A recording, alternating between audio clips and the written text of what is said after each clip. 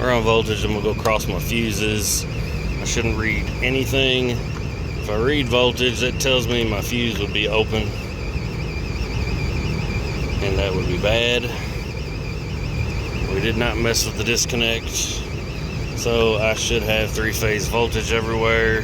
240, 240, 240. Oh, this is an old industrial building, so I figured I'd check first. 230 or 240, whatever. 240 and 0.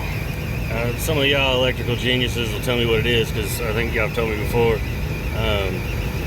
Last time I saw something similar, it was one leg had 120 and the other leg was 230, and I can't remember what everybody called it.